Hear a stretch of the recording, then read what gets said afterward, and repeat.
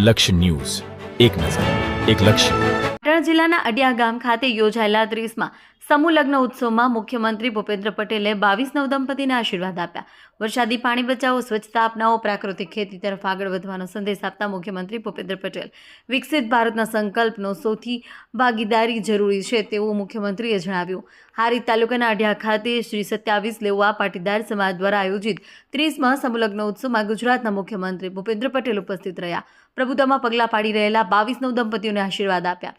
સમૂહ લગ્ન ઉત્સવનું આયોજન સ્વર્ગીય રઈબા ડાયાભાઈ ઝવેરદાસ પાળજા પરિવાર અરીટાના સહયોગથી કરવામાં આવ્યું. આ પ્રસંગે મુખ્યમંત્રી ભૂપેન્દ્ર પટેલે જણાવ્યું કે સમાજ દ્વારા આજથી 30 વર્ષ પહેલા સમૂહ લગ્નનું આયોજન કરી અન્ય સમાજો માટે એક અનુસરણીય માર્ગ ચીંધવામાં આવ્યો. મુખ્યમંત્રીએ વડાપ્રધાન નરેન્દ્ર મોદી દ્વારા શરૂ કરેલા કેચ ધ રેઇન અભિયાન અંતર્ગત વરસાદી પાણીને સંગ્રહિત કરવાની આવશ્યકતા પર ભાર મૂક્યો. તેમણે સ્વચ્છતાને માત્ર અભિયાન નહીં પરંતુ આદત અને સ્વભાવમાં ઉતારવાની અપીલ કરી. સાથે જ આગામી ભવિષ્યને ધ્યાનમાં રાખી દરેકે પ્રાકૃતિક ખેતી અપનાવવાની જરૂરિયાત હોવાનો ઉલ્લેખ કર્યો. વધુમાં મુખ્યમંત્રીએ વડાપ્રધાનના વિકસિત ભારતના સંકલ્પને સાકાર કરવા માટે વિકસિત ગુજરાત સંકલ્પમાં સૌને સહભાગી બનવા અનુરોધ કર્યો. આ પ્રસંગે કેબિનેટ મંત્રી ઋષિકેશ પટેલ, ધારાસભ્ય લવિંગજી ઠાકોર, હુડકો ડિરેક્ટર કે.સી. પટેલ સહિત રાજકીય સામાજિક આગેવાનો તથા સમાજના સંગઠનના હોદ્દેદારો મોટી સંખ્યામાં ઉપસ્થિત રહ્યા હતા. રિપોર્ટર દિલીપસિંહ જાડેજા, શંખેશ્વર, પાટણ. આજે 30મો સમૂહ લગ્ન અને 30 વર્ષ પહેલા જ્યારે સમાજે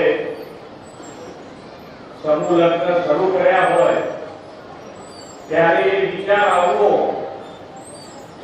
અને વિચાર ઉપર આગળ વધવું કે તમે આજે અહીંયા બેઠેલાને થવું જોઈએ કે ના એ વખતમાં આપણો વિચાર કેટલો મહત્વનો અને કેટલો યોગ્ય હતો. આજે દરેક સમાજ એની પર આગળ વધવું જોઈએ. સમૂહ લગ્ન આજે માન્ય વડાપ્રધાનશ્રીએ જે પ્રમાણે ગ્રીન કવરેજ કે ગ્લોબલ વોર્મિંગમાંથી આપણે બહાર નીકળવું છે તો એના માટેનો શું પ્રયત્ન હોવો જોઈએ. તો જે પ્રાકૃતિક પેન અને પ્રાકૃતિક પેન માટે પણ આ સમાજ ખૂબ સારી રીતે કામ કરી રહ્યો છે. ખૂબ સારી રીતે સરકાર પણ એમાં તમારી સાથે જ્યાં પણ ઉભા રહેવાનું છે ત્યાં તમારી સાથે ઉભા રહેવા તૈયાર છે. આજે 22 દંપતીઓ પ્રભુતામાં પગલાં પાડ્યા છે. એ દરેક જણને હૃદયથી ખૂબ ખૂબ શુભેચ્છાઓ પાઠવું. સરકાર તરીકે અમારી તમને જ્યાં જરૂર પડે ત્યાં સરકાર તમારી સાથે ઉભા રહે. સરકારની ઘણી બધી યોજનાઓનો લાભ તમે કેવી રીતે લઈ શકો એ તમે વિચારીને તમારી સાથે લઈ અમારી પાસે આવશો તો એક તો અમે સૌથી પહેલું કેચ ધ રેઇન.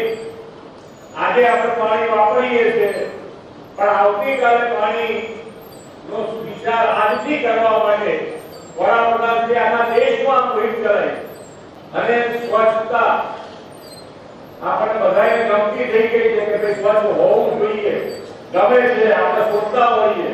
નાનો મોટો નાસ્તો કરવા જતા હોય તો ત્યાં લારી ઉપર ઘરે ખાતા હોય તો પણ લારી કઈ ચોખ્ખી છે એનું તો ધ્યાન આપણે રાખતા જ હોઈએ. તો આપણને સ્વચ્છતા ગમી ગઈ છે પણ હજુ આપણાથી ક્યાંક ગંદકી થઈ જાય છે, એમાં ક્યાંક આપણે શું થઈ જાય છે એનો સ્વભાવ પણ બનવો જોઈએ. એટલે આપણે સ્વચ્છતાનો આપણા સ્વભાવમાં આવવો જોઈએ કે કોઈ કરે તો આપણે એની આમ જોવું નથી પણ મારે નથી કરતી એ પ્રમાણે જો આગળ વધીશું તો આપણને ખૂબ સારું એનો લાભ મળવાનો કે ભાઈ ખેતી સાથે જોડાયેલા છો અને ખેતમાં એમાં પણ ભવિષ્યનો વિચાર કરી અને પ્રાકૃતિક ખેતી તરફ વળવું પડેલું. આજે નહીં તો આવતીકાલે પ્રાકૃતિક ખેતી તરફ આપણે નહીં વળીએ તો આપણને ભવિષ્યમાં ખૂબ તકલીફ ઊભી થાય. સરકાર સરકારની રીતે પ્રયત્ન કરી રહી છે પણ એની અંદર તમારા બધાનો સાથ અને સહકાર મળે તો જે માન્ય વડાપ્રધાનશ્રીનો વિકસિત ભારતનો સંકલ્પ છે એ સંકલ્પમાં આપણે સૌ સાથે પડી અને આગળ વધીશું તો આપણે વિકસિત ભારત માટે વિકસિત ગુજરાત અને વિકસિત ગુજરાતથી આપણે સૌ સાથે મળીને વિકસિત ગુજરાત બનાવવામાં સહભાગી થઈએ. એ જ અભ્યર્થના ફરીથી આજે જે નવદંપતીમાં પ્રભુતામાં પગલાં પાડ્યા છે એ બધા દંપતીઓને ફરીથી ખૂબ ખૂબ શુભેચ્છાઓ પાઠવીને વિરમું છું. ભારત માતા કી જય. વંદે માતરમ. જય જય